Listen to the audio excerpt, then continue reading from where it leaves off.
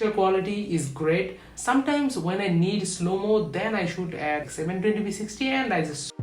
Hey, what is up guys, hopefully you guys are doing absolutely great and welcome back to another episode of Monday Show. And today's Monday, that means another new Monday Show. Today's video is all about the Canon 70D and I got this Canon 70D. It's been around 2 years and it's doing pretty well and pretty amazing. Evenly, it depends on the lens what you use with your camera. So in terms of the photo, it can shoot up to 20 megapixel. That means the resolution is pretty high, like 5472 plus resolution. That means you can do a lot of cropping, like 5K image. Okay, now let's come into the video. So in terms of the video, the quality is not that great because it can shoot up to 1080p at 30 frames per second, and I think for a general camera 1080p 60 is must, but Canon was behind and still it's behind because there is a lot of cameras in the market with 4K 60. Canon is still not jumping on 4K 60s.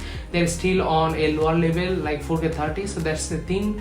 A problem with them, they usually do not keep continue with the frames. They just try to justify the quality, even though I don't think their quality is that great, because in terms of low light, Sony is at least 10 times better than Canon. Anyway, let's talk about the specification it can give you for video. So in terms of the video, it can shoot up to 1080p 30 and 1080p 24 frames if you want to do, and also 720p 60 and also 720p 30. So 720p is not a good quality to shoot, so what I do is shoot at 1080p 30, but sometimes when I need slow-mo, then I shoot at 720p 60 and I just slow-mo that. The quality is not that great, but if you can give it a good amount of light like I have here, it's not the best, but it's a pretty good amount of light.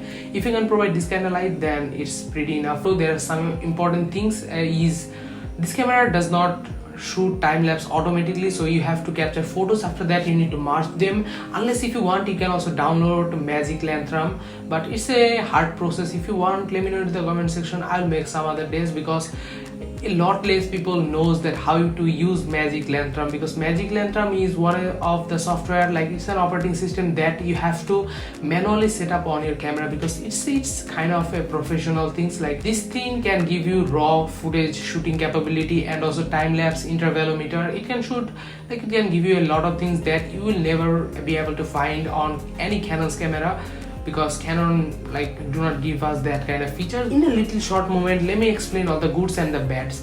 So if I need to talk about the goods, so you can use dozens of lenses because Canon already has a lot of lenses on the market. That means you can use a lot of lenses on this camera, and the quality is great if you have a good amount of light, because it's from 2013 I think. So that's the reason its ISP, main image signal processing system, is not that great. That's the reason why it used to show a lot of noises. Latest processors will give you a capability to remove all the noise, but it doesn't ship with that. So you have to be really confident and you have to be really known that I'm dealing with this camera. That means I need a good amount of light. Canon's, you know that Canon's color grading system is one of the best, even though this video is on black and white, because I like this is a thing that I just want to publish on.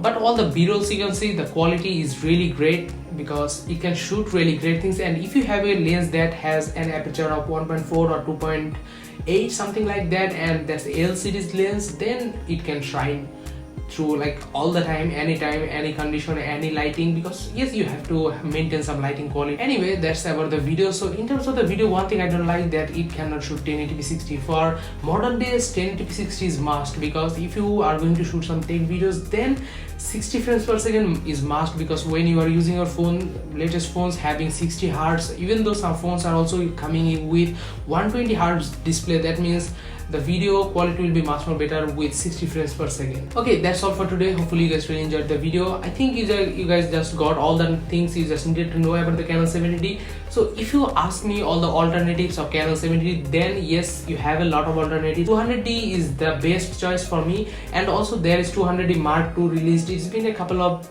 months. Canon 200D is in the market, so you can go and get that 200D. That also ships with dual pixel autofocus, and this camera also does have dual pixel autofocus. That's the reason if I move back and front, the focus doesn't hunt. But if you don't have dual pixel autofocus, then it's gonna suck a little bit. And this camera can also shoot 7 frames per second, so that's not the best, but you can use 7 frames a lot of times, a lot of places. So that's all for this video. Hopefully you guys really enjoyed the video, and goodbye.